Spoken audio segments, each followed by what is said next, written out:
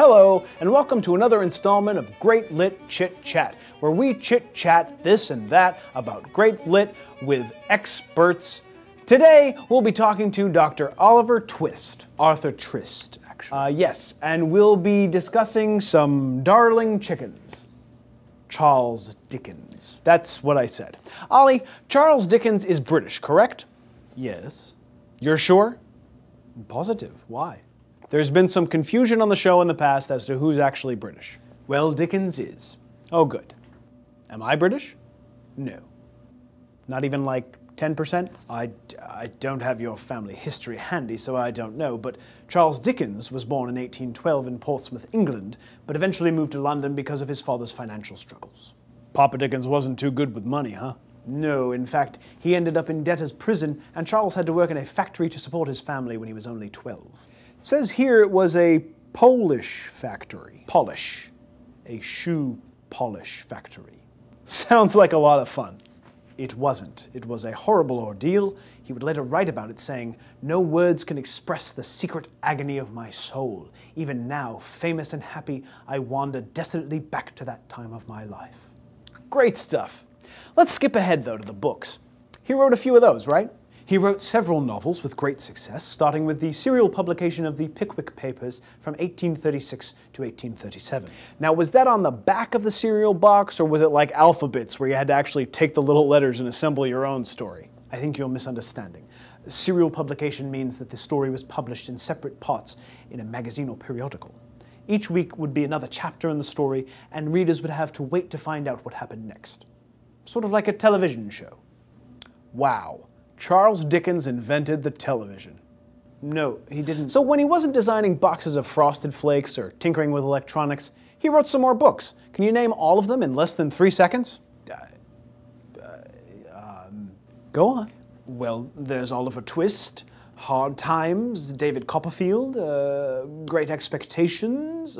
Keep going. You've still got 3 seconds. A Tale of Two Cities. You know what? I think that clock is broken. Rodney, can we get that clock fixed? What was the last thing that you said? A Tale of Two Cities. No, that wasn't it. But tell us about that one anyway. It's set during the French Revolution and is much less comical than many of Dickens' other writings. It focuses instead on its plot and characters, many of whom are symbolic representations of ideas. The themes of the novel reflect the dual nature of the time period in which it is set. But they also reveal Dickens' own feelings about how life was wonderful for the very rich, but horrible for the lower class in Victorian England. Really? I'm not sure where you're seeing that. Well, the novel's famous first lines are, "It was the best of times, it was the worst of times." But don't you think those two statements are virtually the same? No. What else? Why won't people shut up about this book? Well, it has very vivid descriptive details, an amazing historical backdrop, many suspenseful sections, and elements of mystery. It's not just good literature, it's a good read. What about fighter jets? Any of those? Well, it's set during the French Revolution.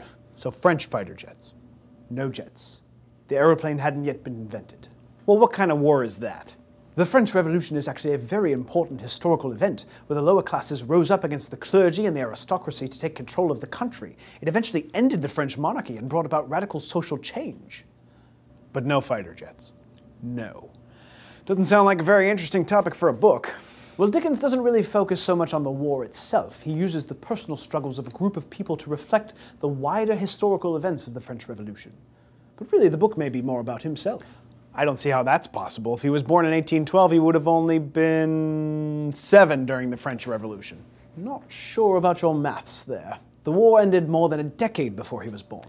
Well, I was close, but still, how could the book be about him then? Well, Dickens' mind was very troubled when he wrote this book. He was feeling trapped by overwhelming duties and responsibilities. In his preface to the novel, he even says, "I have so far verified what is done and suffered in these pages as that I have certainly done and suffered it all myself." But he also fell in love with a young actress at this time named Ellen Tiernan. Scholars feel that she may have been the inspiration for the character of Lucy Manette in the book. And while the story is about hardships and struggles, it is also about new beginnings. Dickens himself may have felt recalled to life by his newfound love, just like the title of the first book in the novel. I just drew a bird. That's great. Well, that's all the time we have for today, but I think Dr. Oliver Twist would agree with me that it's been the best of interviews. It was the worst of interviews. Thanks, Ollie. Tune in next time when we'll be discussing Eric and Maria Remarque. Must be a married couple.